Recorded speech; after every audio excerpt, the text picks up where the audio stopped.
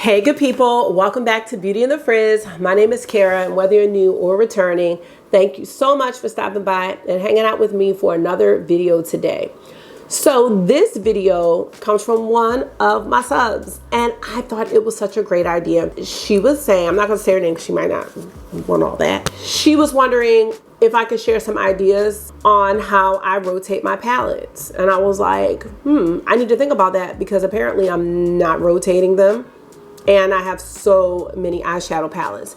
But I decided to sit down and come up with some ideas, and I'd like to encourage you all to share some of your ideas down in the comments because I have seen some really creative ideas of how you guys are choosing which palettes to use, and I think it would be great to share that with the community because lots of us have these large collections and we want to use them. So if you want to hear my ideas on how we can make some better use of our palettes and put them in a rotation, keep watching this video. Again, let me know what you think. Share your comments. And if makeup is your therapy and your love and you want to connect with another enthusiast that feels just like you do, definitely consider joining the community because you know I'd love to have you back. All right, let's get started.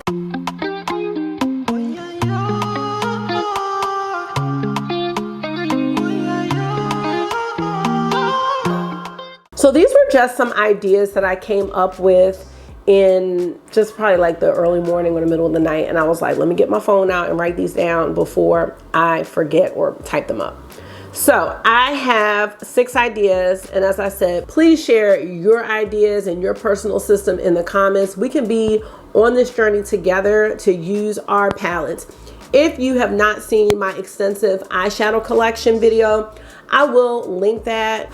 I still feel like, oh my God, it was so out of control, but it was such a necessary step for me to film that collection because like, I just feel like my eyes are so open now to what I need to do, where I need to stop buying, and how I can hold myself accountable for this collection. So let's get to my ideas. So my first idea, I don't have exactly how to lay this one out, especially if you have a large collection.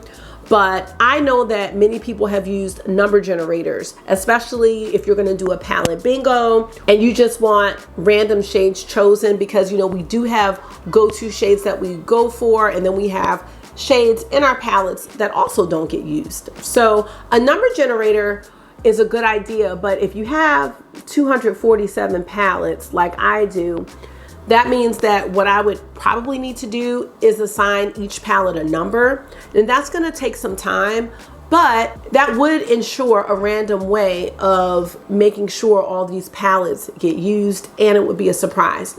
I don't know if I'm going to sit down and number all of my palettes, but if you have a smaller collection, like 30 palettes, you know, something like that, I think it would be a lot faster and easier for you to do that, to number your palettes, and you could just get that number generator up, and whatever number comes up, that's the palette you use that day, and that's it. So that's my first idea. If you have a better idea as to how to use a number generator for palette selection, again, please let us know. As I said, I was thinking about these like in the middle of the night, so you know, this is just what I typed up.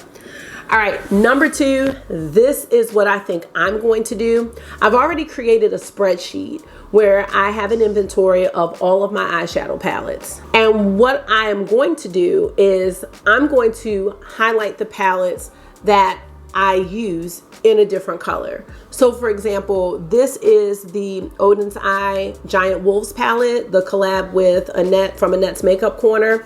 So I'm going to go into my spreadsheet and I'm just going to highlight it. I don't know if I'm going to put a date. I don't know if that's necessary, but I'm just going to highlight it in a different color to say, okay, like I've used this palette in 2022. So then when I look at my spreadsheet, I'm going to have to choose from something that's not highlighted. I think that's going to be really easy for me because I've already created the spreadsheet, and that's step 1. And that probably is the toughest part, but it's going to take nothing for me to just go in, highlight whatever palette in a different color, or highlight that box in the Excel spreadsheet, and then I'll see color coded right away. Like whatever's not highlighted, I need to pull one of those. So that's my second idea. Another point that I want to add is that if you're looking at your spreadsheet, or if the number generator lands on a certain palette and you don't really want to use that, or you feel forced to use it, I think that means you might want to consider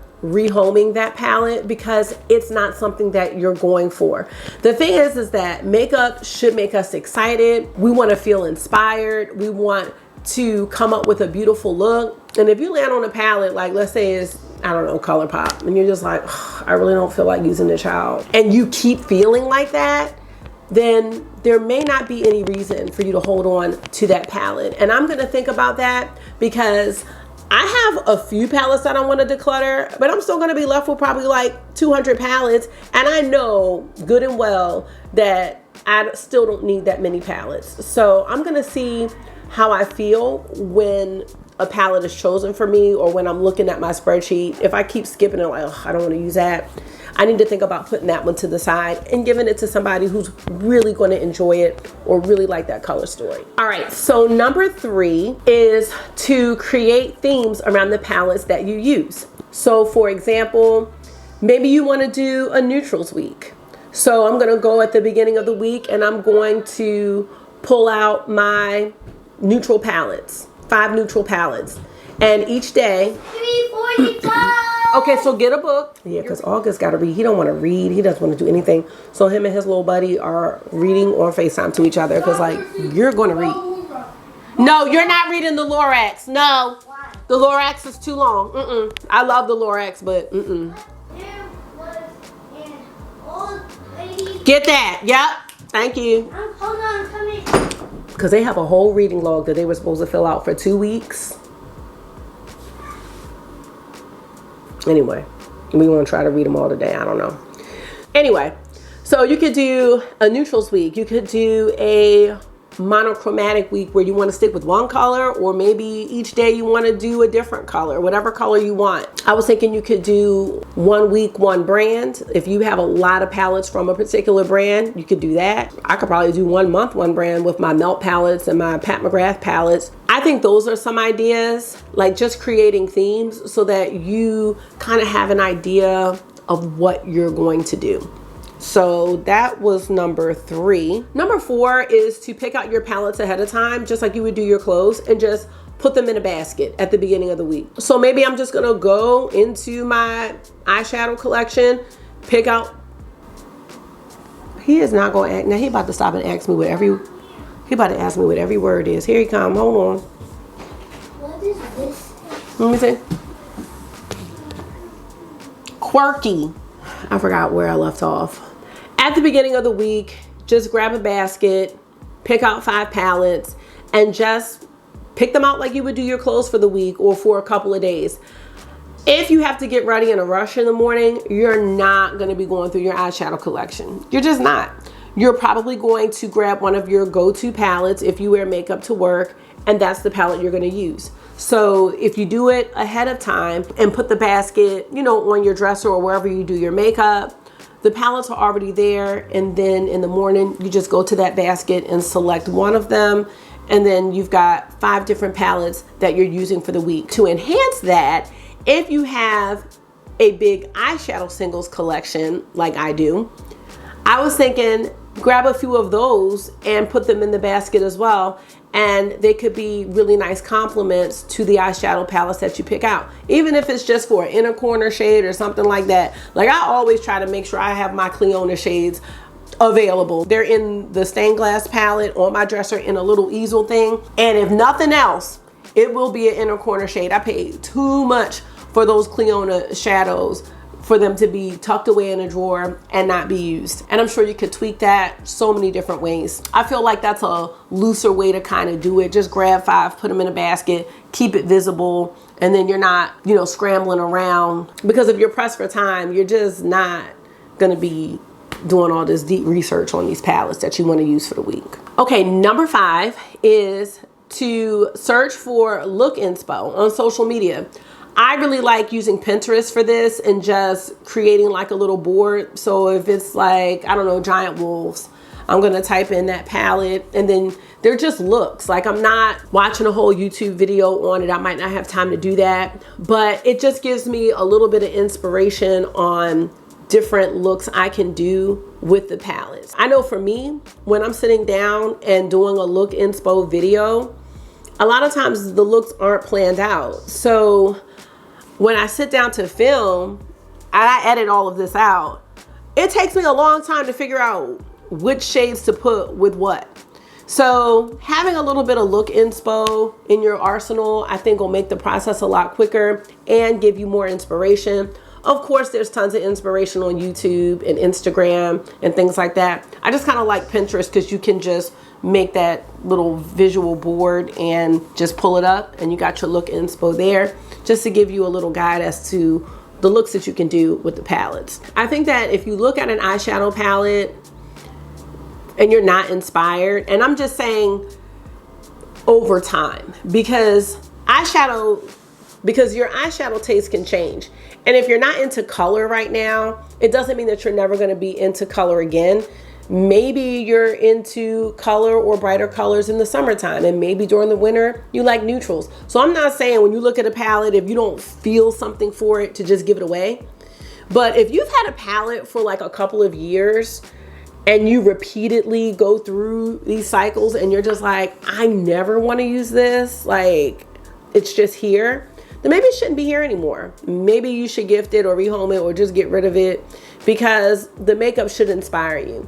And despite having changes in your eyeshadow taste, again, a lot of things cycle back, but if you never cycle back to feel in love for something that's in your collection, I just think it might need to go. Unless it's like something from a brand where it's like you are collecting it, I don't think there's any reason to just hold on to things. Like a lot of times we're just holding on to stuff and taking up space and it's just sitting there. And I know that for a fact. And my last idea, which is number 6, is to use more than one palette for a look. Some people are really good at that, but I never use more than one palette for a look. The only time I can remember doing that is recently in a video where I used the child in the Mandalorian, and that was such a beautiful look. It was so good.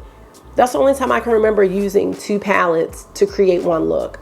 But if you do that, you're knocking out 2 birds with 1 stone. You're using 2 palettes and you're increasing the variety of looks that you can make. Now, some people don't need to be overwhelmed like this, but I think if you're using like 2 small palettes, 2 6-pans or something like that, I think that's really reasonable. And again, it increases the amount of looks that you can do. So those are my 6 ideas of how to put your palettes back in rotation, especially when you know you've got a bunch of palettes sitting around and they're not getting any love. My friend Dr. Ash from Dr. Ash and Her Makeup, she often films her palette rotation videos, just 5 looks with 5 different palettes, and she's one person that really rotates her palettes out really well, because I talk to her outside of YouTube. So when she shows me her look in the morning, it'll be like some random palette and I'm like, oh my God, I forgot I had that. She has a lot of great look inspo on her channel and she does a great job at rotating her palettes. Ash, if you're watching this, if you have a system of how you choose what you're gonna wear,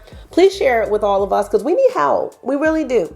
So thank you guys for taking out some of your time and watching this video today. I do hope it was helpful, and I can't say it enough. If you have a system that's working for you, please share it with the rest of us. We're in this together, and we're gonna get through our little makeup struggles in 2022. That's how I feel.